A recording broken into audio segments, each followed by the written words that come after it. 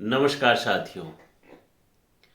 मैं हूं सुशील और स्वागत कर रहा हूं सुशील संवाद में। साथियों, सदगुरु कबीर साहब जी जीवन भर जीवन प्रयत्न जितना भी उनको जिंदगी मिली वो पूरे जिंदगी भर प्रयत्न करते रहे कि लोगों में जो बुराई है, लोगों में जो पाखंड अंधविश्वास के प्रति ज़्यादा आकर्षण है उसको कैसे कम किया जाए और सच्ची भक्ति, सच्चा प्रेम, वो प्रेम क्या, उस ईश्वर से कैसे किया जाए, उसके लिए वो जीवन भर प्रयासरत रहे और सिद्ध पुरुष कहलाए। हरेक धर्म, मजहब, पंथ में पाखंड अंधविश्वास की चर्चा खूब होती है। खास करके हिंदू धर्म में जो पाखंड है उस पर खूब चर्चा होती है। लेकिन मुझे बहुतों बार ऐसे लगता है कि जो कबीर पंथ, कबीर साहब, कबीर सदगुरु कबीर साहब जी के पथ पे चलने वाले भी जो साधक हैं, जो संत हैं, जो साधु हैं, जो महात्मा हैं, उनमें बहुत आडंबर, बहुत पाखंड, बहुत ज्यादा दिखावा बढ़ता जा रहा है। और जो सदगुरु कबीर साहब जी हमेशा से लड़ते आए, आज बहुत से उनके ही साधक, उनके पथ पे चलने वाले पथिक महात्माओं में बहुत सी बुराई देखने को मिलती है। सदगुरु कबीर साहब जी का ही एक दोहा है, मन मुड़ाए केश मुड़ाए जटा बढ़ाए कोई। ध्यान दीजिएगा, मन मुड़ाए केश मुड़ाए जटा बढ़ावे कोई, मन को जो न मुड़ा सका, मन को जो न मुड़ा सका तो सब मुड़ना है व्यर्थ, सब मुड़ना है व्यर्थ। अब मैं आपको कुछ इस तरह का निज अनुभव से बात बताता हूं कि बहुत से संत, खास करके जो कबीरपंथी संत होते हैं, वो मांसाहार को त्याग करते हैं। बहुत अच्छी बात है। इसके बाद जितना भी व्यसन है उसको त्याग करते हैं। व्यसन से मतलब जितना भी आपका मादक पदार्थ है, खैनी, बीड़ी, सिगरेट, तंबाकू, दारू, शराब, जितना भी मादक उत्तेजक पदार्थ है उसको वो उससे दूर रहते हैं। खास करके जो कबीर पंथियों में प्रचलन है, सबसे पहले लोग साधु बनते हैं। तो साधु जो गृहस्थ साधु हैं, गृहस्थ साधु अपने गृहस्थी जीवन को निर्वहन करते हुए ये जो मीट मछली, ये जो दारू शराब, बीड़ी, सिगरेट, तंबाकू, इससे दूर रहते हैं और कोशिश करते हैं कि जो ईश्वर की भक्ति है, सत्य मार्ग पे चले, झूठ ना बोले। जैसे महात्मा बुद्ध के धर्म में पंचशील का एक एक मंत्र दिया गया है, एक मार्ग बताया गया है कि आप झूठ मत बोलिए, आप नशा मत करिए, आप व्यभिचार मत करिए। इसी तरह से इनमें भी है कि आप इन चीज़ों से दूर रहिए। ये बहुत अच्छी बात है। किसी भी पंथ मजहब में अगर इन चीज़ों का, जैसे बलि प्रथा है, इसको दूर करने की बात कही गई हो, तो कितनी अच्छी बात है कि जीव के साथ प्रेम की बात करी गई है। लेकिन समस्या कहाँ होती है सबसे ज़्यादा? अब देखेंगे कि जो संत महात्मा है वो कहेंगे कि मैं प्याज लहसुन भी नहीं खाऊंगा। अच्छी बात है, आप मत खाइए, आप साधक हैं, आप साधना, अब गृहस्थ जीवन से महात्मा जीवन में आ गए हैं, आप मत खाइए। लेकिन समस्या कहाँ पे आता है कि वो बोलेंगे मैं प्याज लहसुन नहीं खाऊंगा। कुछ लोग ऐसे हैं जो गृहस्थ जीवन में हैं, वो बोलते हैं मैं नहीं खाऊंगा, पहले खाते थे। वो भी अच्छी बात है, बहुत अच्छी बात है। लेकिन अगर घर का कोई सदस्य प्याज लहसुन खाता है तो उसको डांटेंगे, उसको कुत्ता बानर कहेंगे, उस पे चिल्लाएंगे। तो ये संत का स्वभाव नहीं है। सदगुरु कबीर साहब जी क्या कह रहे हैं? मन मुड़ाए, केश मुड़ाए, जटा बढ़ाए कोई, मन को जो न मुड़ा सका। यही बात है, मन को जो न मुड़ा सका तो सब मुड़ना है व्यर्थ। सबसे पहले बेसिक्स है किसी भी, इवन संत महात्मा की बात छोड़ दीजिए, गृहस्थ जीवन में ही, सांसारिक जीवन में ही मन ही तो है। मन को ही तो निरंजन कहा गया है। आपका मन ही कंट्रोल में नहीं है, मन ही आपके वश में नहीं है। आप प्याज लहसुन नहीं खाते हैं, ये अच्छी बात है, आप मत खाइए। आप साधक हैं, साधना के पथिक हैं, आप मत खाइए, ये बहुत अच्छी बात है। लेकिन जो खाता है उनको अनाप शनाप तो मत बोलिए। इसमें कोई जहर तो नहीं है, ये कोई इस तरह का चीज तो नहीं है। अच्छा, अब उनके तरफ से क्या कहा गया है? अगर जहर नहीं है तो ये अमृत भी नहीं है, मत खाओ। ठीक है, मत खाओ। लेकिन आप ये बताइए, तो अमृत तो कुछ भी नहीं है, अमृत तो कुछ भी नहीं है। आप जो इतने सारे सब सब इतने साधक हैं जो एकदम सात्विक भोजन करते हैं, वो मिर्च मसाला नहीं खाते, वो प्याज लहसुन नहीं खाते, वो सब छोड़ चुके हैं, फिर भी वो बीमार क्यों होते हैं? वो दवा का आश्रय क्यों लेते हैं? उनको दवा क्यों खाना पड़ता है? दवा में तो बहुत सारे केमिकल्स मिले होते हैं।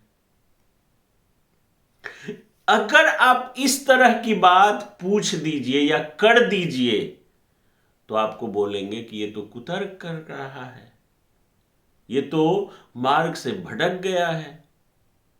भाई, जो इस वैज्ञानिक युग में है, मेरे जैसे, मेरे अभी और अभी के जो बच्चे आ रहे हैं, मैं तो चलो 35-38 साल का हो गया, आज के जो बच्चे आ रहे हैं वो तो यही पूछते हैं मुझे तो मेरा बेटा यही पूछता है जो 13-14 साल का है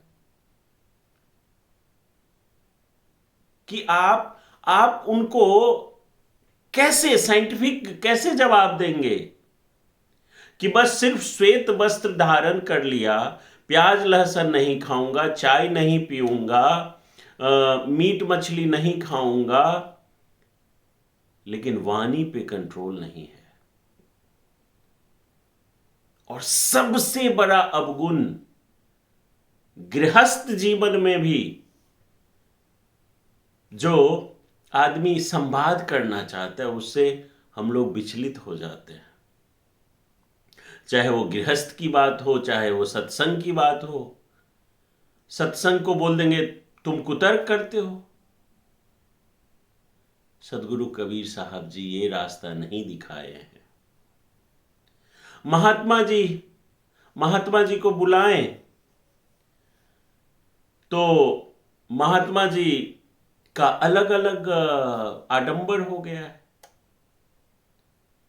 आप कितने भी सुंदर से साफ स्वच्छता से घर को पवित्र करके आसन लगाइए भोजन के लिए, लेकिन उनका मन नहीं मानेगा। वो बोलेंगे मेरे सामने में पोछा लगाओ, मेरे सामने में सफाई करो। ये क्या है? संत महात्माओं को चाहिए। अच्छा, अगर किसी के घर में कोई एक लोग दो लोग वैष्णव है जो मीट मांस नहीं खाते हैं, उस सदस्य में अगर कोई एक दो लोग खा रहे हैं तो बोलेंगे ना ना, उसके घर में मैं भोजन नहीं कर सकता। ये कहाँ का लॉजिक है? क्या वो जो मीट मछली है वो उसी घर के आबो हवा में ही रहता है? तब तो आप इस धरती पे हर जगह लोग ऐसे हैं। आप उस भटके हुए इंसान को अपने पथ में कैसे लाएंगे?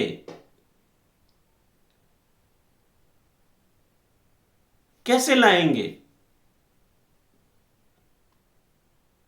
अगर ऐसे ही आप दूर होते रहें, ऐसे ही आप कटते रहें, कैसे लाएंगे आप अपने साथ में? क्या यही महात्मा, यही संतों की लक्षण होनी चाहिए? संत तो वो होते हैं जो भटके हुए को भी गले लगा ले। संत तो वो होते हैं जो अगर कोई व्यक्ति अवगुण से भरा हुआ है फिर भी उसको गले लगा ले। तो मन मुड़ाए केश मुड़ाए, जटा बढ़ावे कोई, मन को जो न मुड़ा सका तो सब मुड़ना है व्यर्थ। एक और उनकी दोहा, मोटी माया सब तजे, झीनी तजी न जाए, पीर पैगंबर ओलिया, झीनी सबको खाए। मोटी माया सब तजे, आप अपने परिवार को छोड़ देंगे, ये मोटी माया है। कि आप कहेंगे कि मैं आज से संन्यास ले रहा हूं, मोटी माया है। वैसे ये भी कठिन कार्य नहीं है, लेकिन मैं बहुत संतों से ये कहना चाहता हूं। बहुत लोग कहते हैं मैं अब संन्यास ले लिया।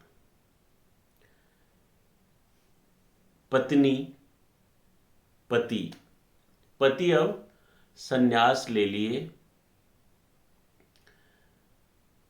काफी एजेड हो गए हैं, उनके बाल बच्चे बड़े बड़े हो गए हैं, पोता पोती नाता नतनी सब हो गए हैं। अब जो पुरुष है वो संन्यास ले लेते हैं, पत्नी जो बुजुर्ग है वो बेटा पुतोह पोता पोती उस सब के सानिध्य में है। इस संसार में सबको देखा है कि किसी के भाई भाई में नहीं बनता है, सब बंटवारा हो जाता है। अब वो नारी अपने पति को याद करती है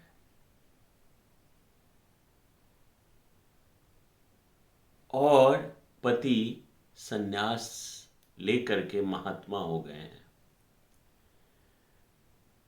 अब वो नारी का पीर, उस नारी का दर्द कौन सुनेगा?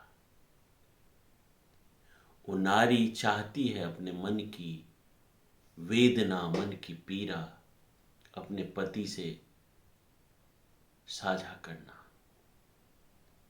लेकिन पति उस वेदना, उस पीड़ा से परे हमेशा अपने भक्तों के सानिध्य में बैठे होते हैं।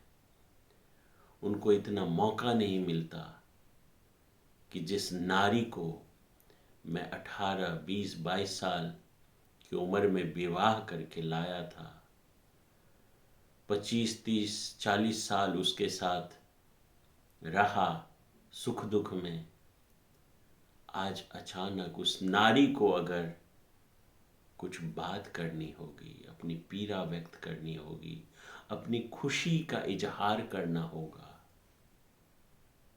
तो किससे करे? इसके विपरीत वो महात्मा अपने भक्तों के साथ घिरे हुए हैं, लेकिन कभी कभी एकांत में उस नारी की याद आती है जिसके साथ उन्होंने 35, 40, 45 वर्ष बिताया, सुख में दुख में। आज एक दूसरे को कंधे की जरूरत है, एक दूसरे को प्रेम की जरूरत है, एक दूसरे को सांत्वना की जरूरत है। एक दूसरा बिछड़ गए हैं और इस सांसारिक दिखावे में वो महात्मा न रो पाते हैं, ना अपना पीड़ा व्यक्त कर पाते हैं। उधर वो नारी तड़प रही है, इधर महात्मा जी तड़प रहे हैं, लेकिन समाज को लगता है महात्मा जी तो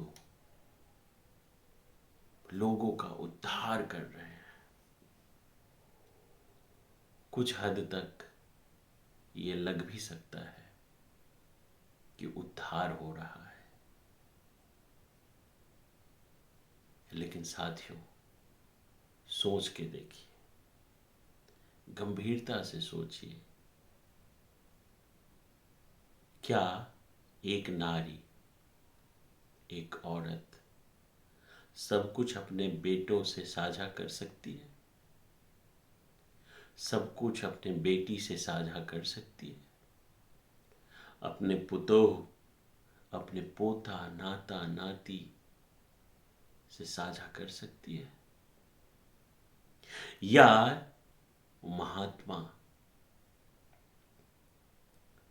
जो अब अपने भक्तों, अपने साधु संतों से घिरे रहते हैं, क्या उनके मन में अगर गृहस्थ उस नारी के प्रति वेदना, पीड़ा का एहसास होता होगा, तो क्या वो व्यक्त भी कर पाएंगे? तो ये तो सांसारिक बात हुई। अब सोचिए कि मोटी माया सब तजे, किसी भी कारण से, समाज के बंधन से, कि एक व्यवस्था बना हुआ है कि लड़कपन, जवानी, वानप्रस्थ, फिर संन्यास, ये व्यवस्था के कारण लोग इसको अपनाते जा रहे हैं। लेकिन क्या कोई भी व्यवस्था हमेशा हमेशा के लिए अनुकूल हो सकता है? सोच के देखिए। मैं हाँ या ना नहीं कहूंगा, आप सोचिए कि कोई भी व्यवस्था है, वो व्यवस्था हमेशा हमेशा के लिए अनुकूल हो सकता है? संविधान जो हमारा भारत का संविधान है वो बना, उसमें भी बहुत सारे अमेंडमेंट करने पड़ते हैं समय के अनुकूल। आज हिंदू धर्म पे बहुत कटाक्ष किया जाता है कि वर्ण व्यवस्था बना, वर्ण व्यवस्था में ये बुराई है वो बुराई है। हो सकता है किसी समय काल में ये ठीक होता होगा, लोगों ने ये सोच के बनाया होगा, लेकिन हमेशा वो सही नहीं हो सकता। ये जो वर्ण की व्यवस्था है कि ब्राह्मण ये करेंगे, क्षत्रिय ये करेंगे, वैश्य ये करेंगे, शूद्र ये करेंगे, ये आज के डेट में प्रासंगिक है। आज ब्राह्मण व्यवसाय भी कर रहे हैं, ब्राह्मण सेना में भी जा रहे हैं, पुलिस में जा रहे हैं, ब्राह्मण सेवा के कार्य भी कर रहे हैं। वो सिर्फ पढ़ने और पढ़ाने का काम नहीं कर रहे हैं। ठीक इसी प्रकार से क्षत्रिय भी बिजनेस भी कर रहे हैं और सेवा के प्रकल्प में भी हैं। सेवा करने का अर्थ सिर्फ पैर दबाना ही नहीं होता, उसके अलग अलग प्रकल्प हैं। आज बाबा रामदेव, उनके मुखारविंद से एक एक संस्कृत का श्लोक ऐसे निकलता हो जैसे कि अमृत। तो हो सकता है वर्ण व्यवस्था किसी समय में प्रासंगिक हो, आज के समय में नहीं है। इसी प्रकार से ये जो एक व्यवस्था बनी होगी कि बचपन है, इस समय में ये करेंगे, लड़कपन है, जवानी में ये करेंगे, वानप्रस्थ में ये करेंगे, फिर संन्यास धारण कर लेंगे, एक समय में प्रासंगिक होगा। आज के डेट में क्या प्रासंगिक है? 55, 60, 50 के अवस्था में जो लोग संन्यास धारण कर लेते हैं वो खुद कई सारे रोग बीमारियों की चपेट में आ जाते हैं। वो गुरु का सेवा क्या करेंगे? वो खुद बीपी, शुगर, थायराइड, नाना प्रकार से क्या किस किस रोग बीमारी के चपेट में आ जाते हैं। पहले के समय में हो सकता था ये नहीं होता हो, ऐसे रोग बीमारी नहीं होते हो। तो मोटी माया सब तजे, झीनी तजी न जाए। झीनी यही है कि तुम प्याज लहसुन खाते हो, तुम दूर रहो, दूर रहो। तुम अगर पान खा के आए हो तो तुम दूर रहो, दूर रहो, कुट्टी से दूर रहो। नहीं, आपको उसे स्वीकारना चाहिए। आप महात्मा जी हैं, आप नहीं स्वीकारेंगे तो वो इस व्यसन से मुक्त कैसे होंगे? पीर पैगंबर औलिया, झीनी सबको खाए। ये जो झीनी है ना, इसी में सब उलझा हुआ है। चाहे कोई साधु हो, कोई संत हो, कोई महात्मा हो, कोई कथाकार हो, इसी में उलझे हुए हैं। साथियों, जो सत्संग, जो भक्ति है ना, वो बहुत निर्मल है। ईश्वर कभी कहता है आपको कि आप पूजा करो, पाठ करो? ईश्वर को किसी ने देखा है? दरअसल भक्ति मार्ग जो ईश्वर को मानते हैं ना, ऐसा मान्यता है कि जो भक्त लोग होते हैं बड़े कोमल होते हैं, बहुत सेंसिटिव होते हैं। वो कोई भी गलत कार्य करने से पहले 1000 बार सोचेंगे, गलत कर ही नहीं सकते हैं। तो हम आप लोगों को, जो हम आप लोग मनुष्य हैं, इस मनुष्य को भगवान बनाने की कला है भक्ति। जो राम जी हुए, कृष्ण जी हुए, वो भी तो मां के गर्भ से हुए ना। वो भगवान कैसे बन गए? यही कला है भक्ति। वो कहते हैं ना कि प्रेम जब अनंत हो गया, रोम रोम संत हो गया। जब इस ऐसी करुणा, ऐसी वात्सल्यता, ऐसी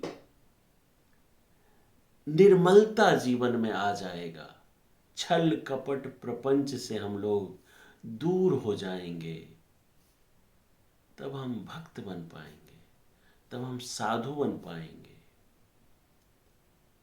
यहां तक कहा गया है, क्यों हम आप सुनते हैं कि गंगा की इतनी पूजा की जाती है, कि गंगा में लोग कितना भी अधर्म करके भी डुबकी लगा ले तो गंगा मैया सबको ग्राह्य कर लेती है। सब, वो नहीं कहती है कि नहीं नहीं तुम पापी हो, तुम दूर रहो।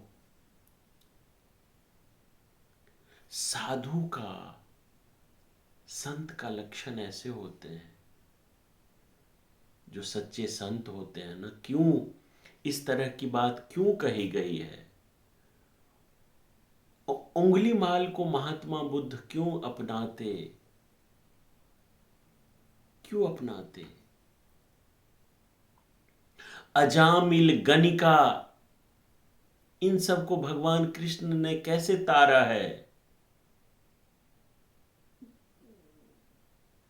असल भक्ति, असल सत्संग से लोग दूर हैं, सब दिखावे में जी रहे हैं। और साधु संत महात्मा भी इससे परे नहीं है। सदगुरु कबीर साहब जी, तो इतना निर्मलता उनके शब्दों में, वो तो सबको ग्राह्य करने की बात कहते हैं। और इसके बाद जिसमें जो बुराई है, वो तो धीरे धीरे समाप्त हो ही जाएगा। तो साथियों, वीडियो बहुत लंबा हो सकता है, इसलिए इसको यहीं रोकता हूं। आपने इतना वक्त दे करके सुना, इसके लिए बहुत बहुत आभार। मिलते हैं किसी और वीडियो में।